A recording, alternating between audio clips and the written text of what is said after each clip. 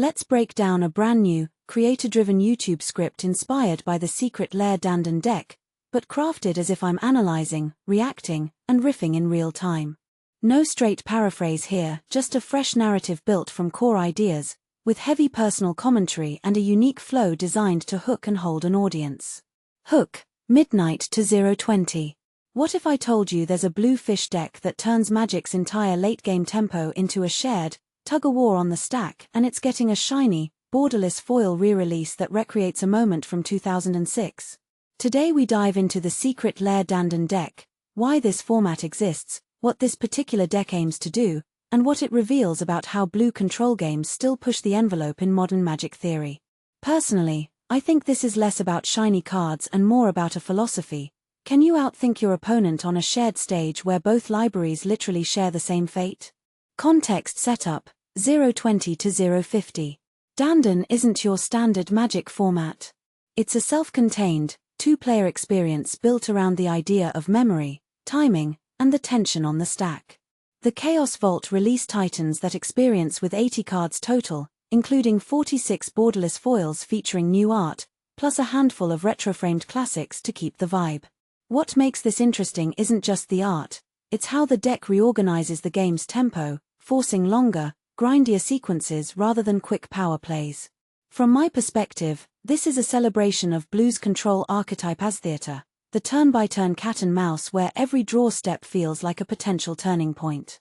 Main breakdown Idea 1. Shared resources redefine control, 050 to 210.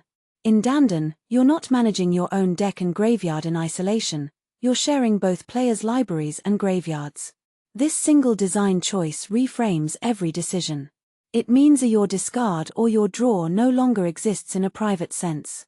What this matters, it elevates information as a communal resource, so knowledge isn't simply knowing what's in your hand but predicting what the opponent might access next.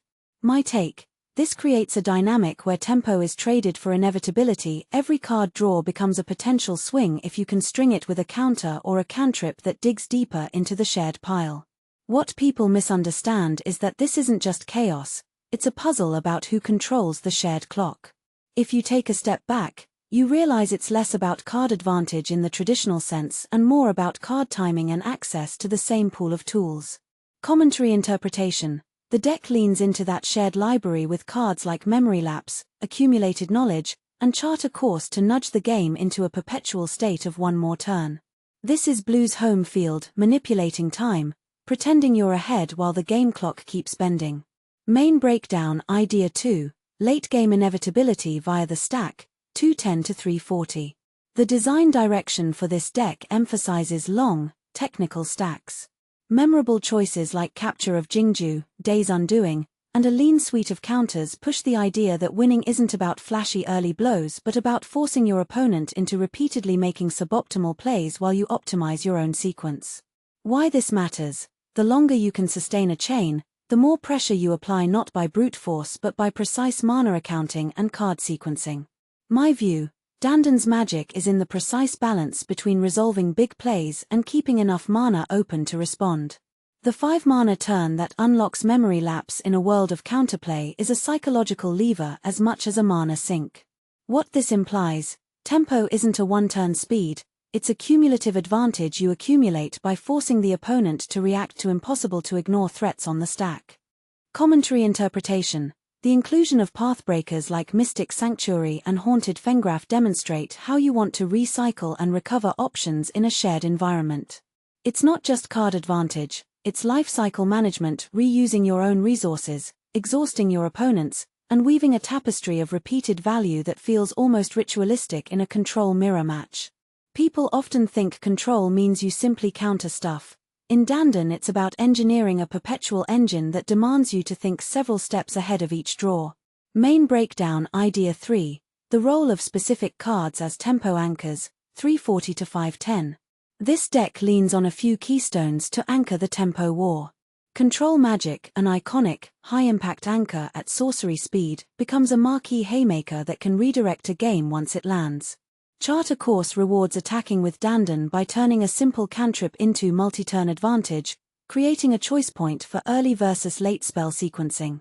The experimental inclusion of an extra turn spell embodied by Day's Undoing gives the deck a dance partner with Memory Lapse, forcing strategic mana timing and counter-war dynamics. In my opinion, these cards aren't just tech choices, they signal a design philosophy, make every big card a decision point that reshapes tempo, inevitability, and the opponent's risk calculus.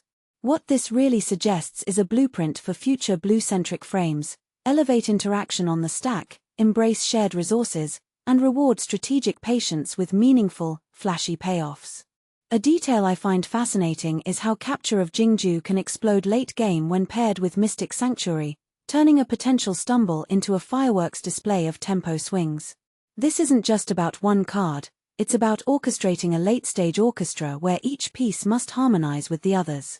Main breakdown. Idea 4, design choices, what they kept, what they dropped, 510 to 640. The designers intentionally kept the mono-blue edge, trimming red-heavy stacks or fetchlight interference to preserve a clean blue tempo line. Notably, Mystic Retrieval is excluded because it can become a liability when the opponent benefits from a red source or a mana swing. Vision Charm is also sidelined due to its power curve, 1 mana. Instant speed board wipes do not fit the long, methodical dance this format thrives on. Haunting Fengraph is a spicy texture upgrade to late-game interactions without wrecking the shared library balance. The takeaway: this is about sculpting a very specific play environment where the art of the slow grind matters more than raw efficiency. My reflection: the exclusions reveal a discipline. Don't overdial the deck into a chaotic chaos engine.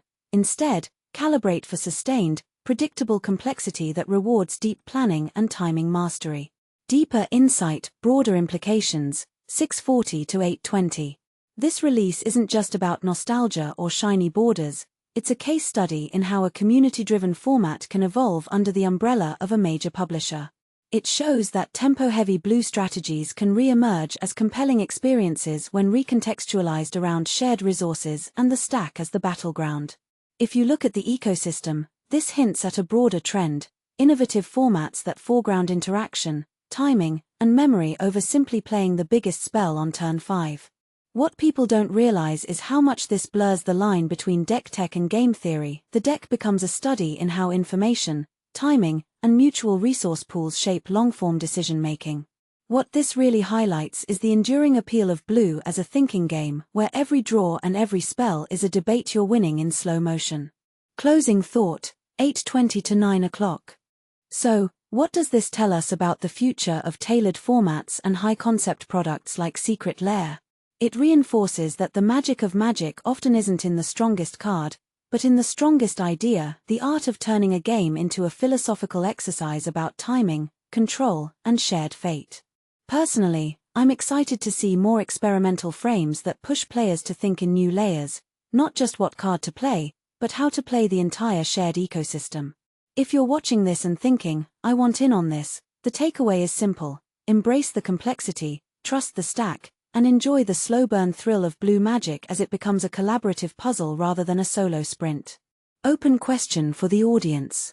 What's one card or interaction from Dandân that you'd love to see reimagined in a future Secret Lair or a similar format? Do you prefer the mind games of the late stack or the sleek tempo of early plays? The balance between those two, where do you stand?